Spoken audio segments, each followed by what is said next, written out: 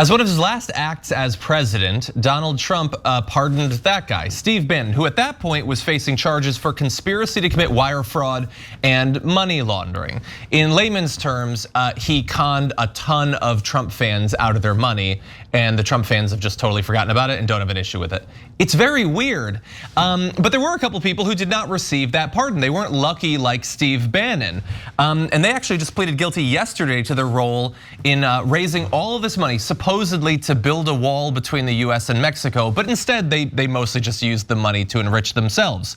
Those two men are Andrew Bottolato, a venture capitalist from Sarasota, Florida, and Brian Kolfage, who we've talked about previously. Now, the funny thing about this is, if you were donating to this effort, there were some warning signs that maybe it wasn't all on the up and up. Let's go to this video.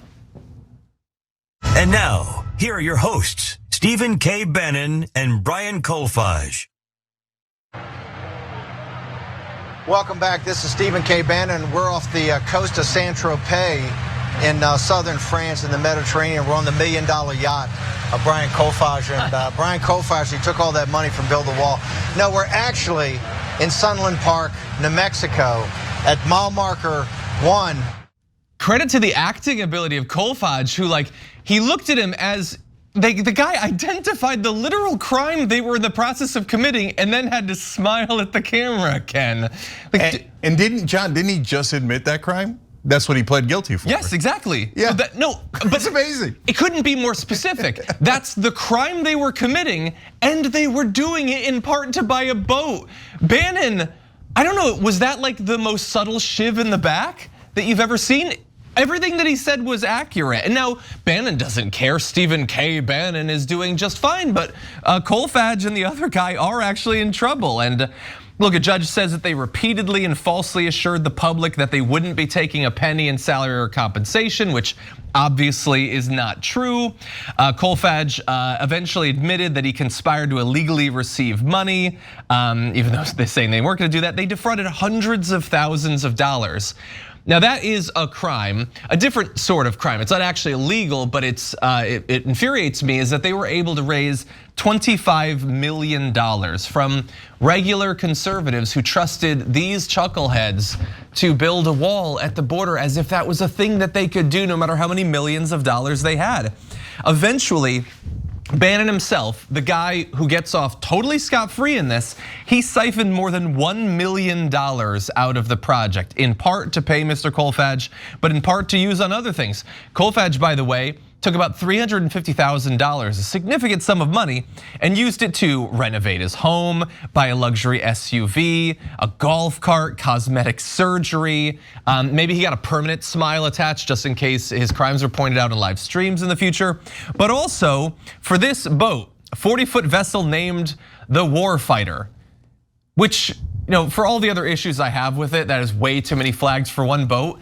It ain't a war fighter. God, these guys love to pretend that they're alphas. It's a dinghy. It's a dinghy. And it's a fine boat, I'm sure, but you're not going to war in it. Okay. Anyway, so look, Bannon, he's fine. He's off doing shows. The Trump fans don't have a problem with the fact that he scammed them out of a ton of money, but those other two guys are in trouble. They could go to jail for years. Yeah, Trump supporter warfighter ship.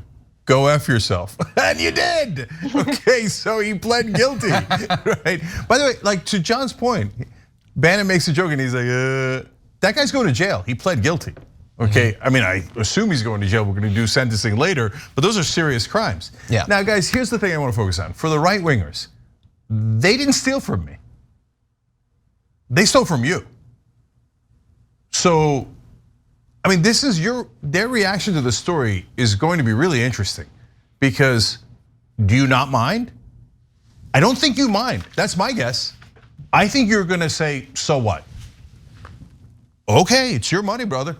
I ain't got nothing to do with it, okay? So next time Steve Bannon asks you for money and he's gonna use it on yachts, etc., and so are his friends, and now you know they're guilty, you're still gonna send it to them. That is, to me, that's one of the saddest things I've ever seen. So it's, we kid around about the beta bus and stuff, but are we kidding? Because they celebrate these guys like they're alphas, but what is that a reference to? It's a reference to really the animal kingdom and apes, and there are real alphas and betas among different apes.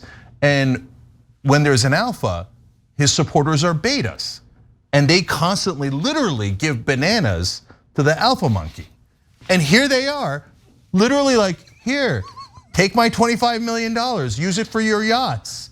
Lie to me, I'm okay. Republican voters in mass are kind of admitting that they're all betas. And they literally gave their bananas to Bannon. Bannon proudly stole it, and then Trump proudly pardoned him. And now I assume the voters are like, that's awesome. I love the way they stole from me, right?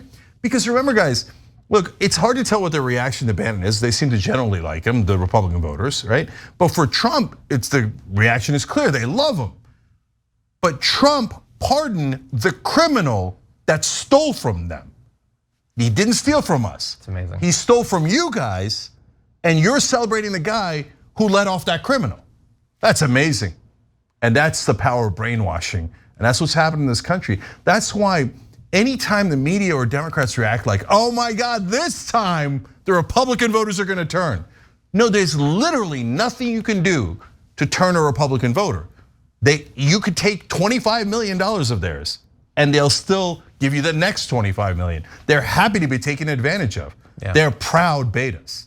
You're right that this is sad. Like, that's what I take away from this, is how sad it is that these folks ran a campaign to fundraise money saying that they were going to build a border wall. And you have working class people around the country who are struggling economically. And they're told this story that the reason you are struggling is because immigrants are crossing the border and they are taking your jobs, when we know that corporations are exploiting their labor, skirting laws because they can pay immigrant workers less than the minimum wage. That's the story, that's the truth, but it's not the story that they have told. And so these people are very angry that immigrants are crossing the border, which, by the way, a lot of them are refugees coming from countries that US imperialism has destroyed. And now these people are told that they should donate to build the border wall so things will get better.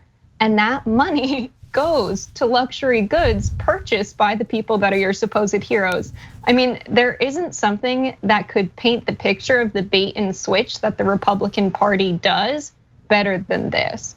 Yeah, if Adam and Kate put it in a movie, they would say it's over the top. Okay. Yeah. And look, one of our members wrote in, Dragon with the Girl Tattoo wrote in, you can't fraud the willing. Now, hold on, don't give him ideas, because there's one guy who still has not been tried among the four of them. He has not, he was gonna plead guilty and I think he decided not to, right? Yeah.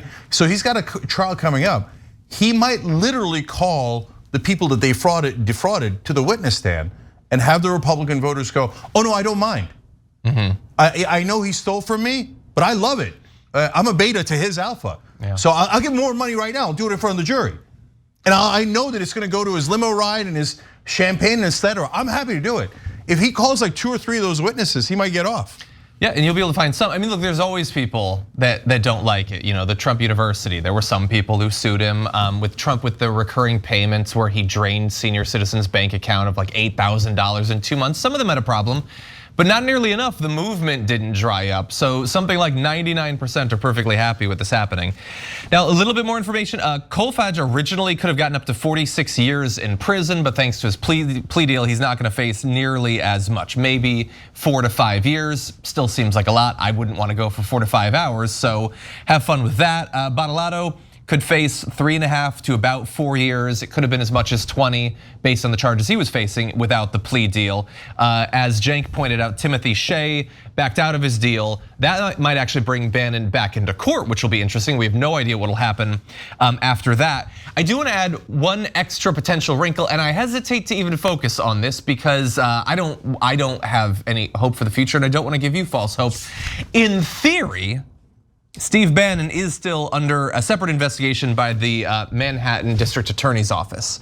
And of course, as you probably know from the last 1.5 years of American political discourse, those pardons that were dished out like candy apply to the federal charges, not to state level investigations. So in theory, they could eventually get Bannon here. But who the hell is gonna like invest their spirit in that outcome? No, and keep in mind, Manhattan DA's office is led by a Democrat, so of course it's totally impotent He's refusing to prosecute Donald Trump on several brazen, blatant crimes. Is he really going to prosecute Steve Bannon? He's probably wetting himself thinking about it. Like, I don't know, what if Bannon calls me a mean person? The Manhattan DA is one of the biggest cowards in the whole country. So don't hold your breath waiting for that prosecution of Steve Bannon. Democrats in leadership in mass has decided that they will bow down to Donald Trump and his criminal gang. That's a fact. It's almost like Bannon and his co-conspirators in making that video. It's like someone who's robbing a bank, going to the bank with the people they're robbing the bank with and saying like, haha, like we're gonna go rob this bank. And then saying, just kidding, we're making a withdrawal like usual, just usual business. And then they actually rob the bank. And it's like we have a prosecutor like looking at this video of them saying they're gonna do it. And then there's evidence that they actually do it. And they're like, no, we're not gonna actually like prosecute crimes like this. Yeah. It's ridiculous. Yeah, it's like, final thought. It's not like Bannon is just like a Roger Stone figure in the background, like a consultant or something, or like he organizes like hit pieces or something. He has a show. Like conservatives tune in to hear him, looking into the eyes and listening to the voice of a guy that defrauded them for hundreds and hundreds of thousands of dollars. I will never understand it. Thanks for watching the Young Turks, really appreciate it. Another way to show support is through YouTube memberships. You'll get to interact with us more. There's live chat emojis, badges. You've got emojis of me, Anna, John, JR. So those are super fun. But you also get playback of our exclusive member-only shows and specials right after they air. So all of that, all you gotta do is click that join button right underneath the video. Thank you.